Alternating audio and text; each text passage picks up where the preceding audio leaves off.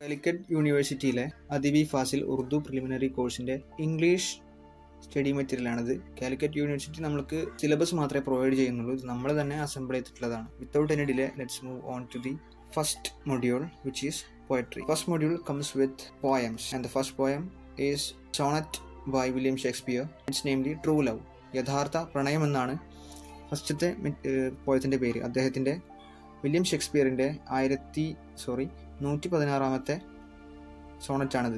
Let me not to the marriage of true minds. ഒരു യഥാർത്ഥ പ്രണയത്തിലൂടെ വിവാഹം കഴിക്കുന്നതിനെ പറയുന്ന അല്ലെങ്കിൽ യഥാർത്ഥ പ്രണയത്തെക്കുറിച്ച് പ്രതിപാദിക്കുന്ന ഒരു പോയമാണിത്.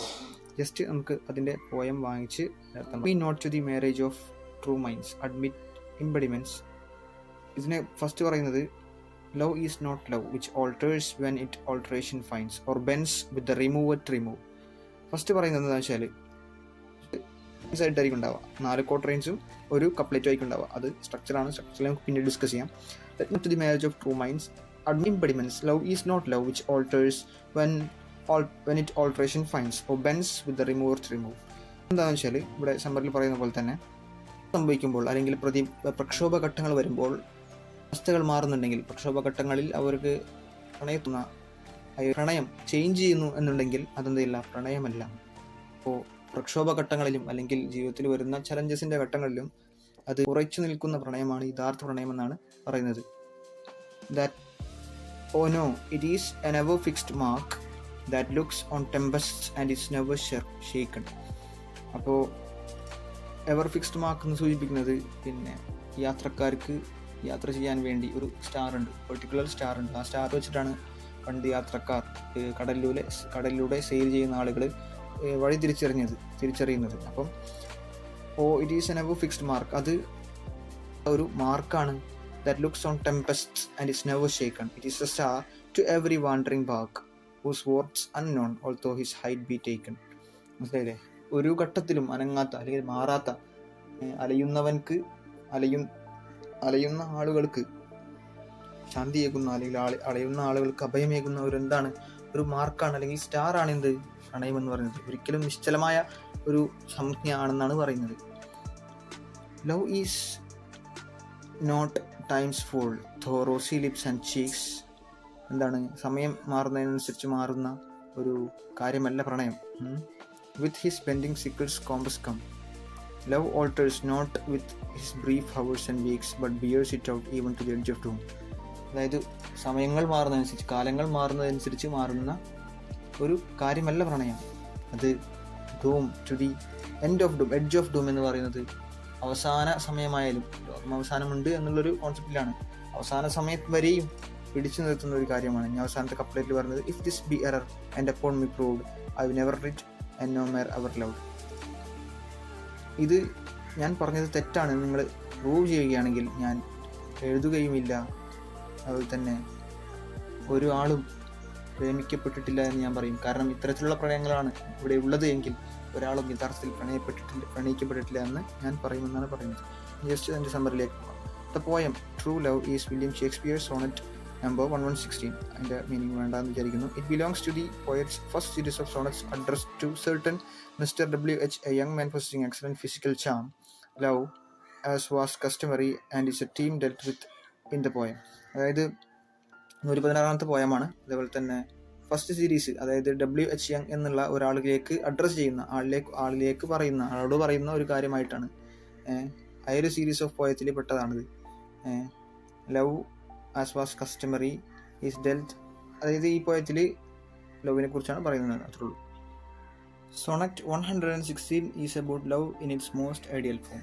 പ്രണയം അതിൻ്റെ ഏറ്റവും മനോഹരമായിട്ടുള്ള ഘട്ടത്തിലുള്ള പ്രണയത്തെക്കുറിച്ച് പറയുന്ന ഒരു കവിതയാണ് സോണറ്റ് 116 എന്നുള്ളത്. It is praising the glories of lovers who have come to each other freely and enters into a relationship based on trust and understanding. മനസ്സിലാക്കലിലൂടെയും അതുപോലെ തന്നെ വിശ്വാസത്തിൻ്റെയും അടിസ്ഥാനത്തിൽ റിലേഷൻഷിപ്പിലേക്ക് പ്രവേശിക്കുന്ന പരസ്പരം ഇരുവരിലേക്കും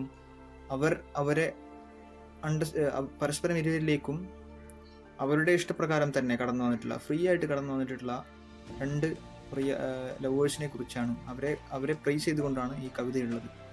The first four lines reveal the poet's pleasure in love that is constant and strong. സ്ട്രോങ്ങും അതുപോലെ തന്നെ കോൺസ്റ്റന്റും, ശക്തവും അതുപോലെ തന്നെ സുനിശ്ചിതവുമായിട്ടുള്ള, അനങ്ങാത്തതുമായിട്ടുള്ള, കോൺസ്റ്റന്റ് ആയിട്ടുള്ള പ്രേമത്തിനെ കുറിച്ച്. And will not alter when alteration finds. മാറ്റങ്ങൾ സംഭവിക്കുമ്പോൾ, പുറത്ത് മാറ്റങ്ങൾ സംഭവിക്കുമ്പോൾ പ്രണയത്തിൽ മാറ്റമില്ലാതിരിക്കുന്ന, അല്ലെങ്കിൽ അവരുടെ സ്നേഹത്തിൽ മാറ്റമില്ലാതിരിക്കുന്ന അത്തരത്തിലുള്ള ഒരു പ്രണയത്തെക്കുറിച്ചാണ് അവർ പറയുന്നത്. Okay, the following lines proclaim that true love is indeed an ever fixed mark which will survive any crisis. ഏതൊരു പ്രതികൂല ഘട്ടങ്ങളിലും, ഏതൊരു പ്രശ്നഘട്ടങ്ങളിലും സർവൈവ് ചെയ്യുന്ന ഒരു എവർ ഫിക്സ് മാർക്കായിട്ടാണ് ലവിനെ പിന്നീടുള്ള വരികളിൽ പറയുന്നത്. In lines 7 to 8, the poet claims that we may be able to measure love to some degree. ചിലപ്പോൾ നമ്മൾക്ക് പ്രണയത്തെ ഏതെങ്കിലുമൊക്കെ അളവുകോൽ വെച്ച് അളക്കാൻ സാധിച്ചേക്കാം. But this not mean we fully understand it.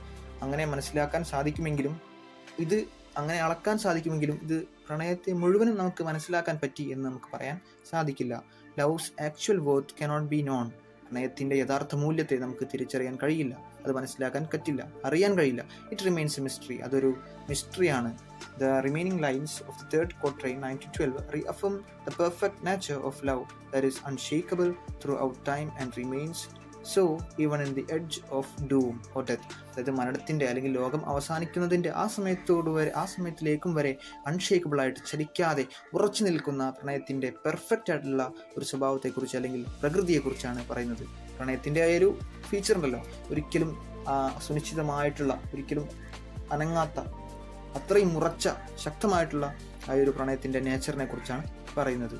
In the final couplet the poet declares that if he is mistaken about the constant, unmovable nature of perfect love, then he must take back all his writings on love, truth and faith. അപ്പോൾ അവസാനത്തെ കപ്ലെറ്റിൽ, അവസാനത്തെ 2 വരി കപ്ലെറ്റാണ്. Okay, അതിൽ പറയുന്നത് എന്താണെന്ന് വെച്ചാൽ, ഈ writer, author പറയുന്നത് അല്ലെങ്കിൽ പോയറ്റ് പറയുന്നത് തെറ്റാണ് എന്നുണ്ടെങ്കിൽ അൺമൂവബിൾ നേച്ചർ ഓഫ് പെർഫെക്റ്റ് ലവിൻ്റെ, അതായത് യഥാർത്ഥ പ്രണയത്തിൻ്റെ, അസൽ പ്രണയത്തിൻ്റെ, നല്ല പ്രണയത്തിൻ്റെ ഫീച്ചറായിട്ടുള്ള അതിൻ്റെ സുനിശ്ചിതത്വം, അല്ലെങ്കിൽ അതിൻ്റെ കോൺസ്റ്റൻറ്റ് അതിൻ്റെ എന്താ പറയുക, അൺമൂവബിലിറ്റി, ഓക്കെ, അതിൻ്റെ ഉറപ്പ്, അത് തെറ്റാണെന്നുണ്ടെങ്കിൽ പ്രണയത്തെക്കുറിച്ച് അദ്ദേഹം എഴുതിയിട്ടുള്ള എല്ലാ വരികളും അദ്ദേഹം തിരിച്ചെടുക്കുന്നു. അപ്രകാരം തന്നെ വിശ്വാസത്തെക്കുറിച്ചും, കാരണം പ്രണയം എന്നാൽ ഒരു വിശ്വാസമാണ്, വിശ്വാസത്തെക്കുറിച്ചും പ്രണയത്തെക്കുറിച്ചും സത്യത്തെക്കുറിച്ചും അദ്ദേഹം എഴുതിയിട്ടുള്ള എല്ലാ വരികളും അദ്ദേഹം തിരിച്ചെടുക്കുമെന്നാണ് പറയുന്നത്. മോറോവർ, അതിലുപരിയായി he adds that if he has a fact judge love inappropriately, അദ്ദേഹം അങ്ങനെയാണെങ്കിൽ പ്രണയത്തെ തെറ്റിദ്ധരിച്ചിരിക്കുന്നു എന്ന് സ്വയം കുറ്റപ്പെടുത്തുകയാണ്. No man has ever really loved. അങ്ങനെയെങ്കിൽ ഒരാളും യഥാർത്ഥത്തിലൂടെ പ്രണയിക്കപ്പെട്ടിട്ടില്ല. In the ideal sense that poet പ്രൊഫസസ്.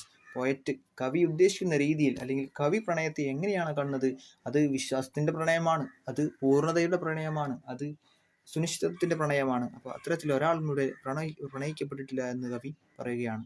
Okay.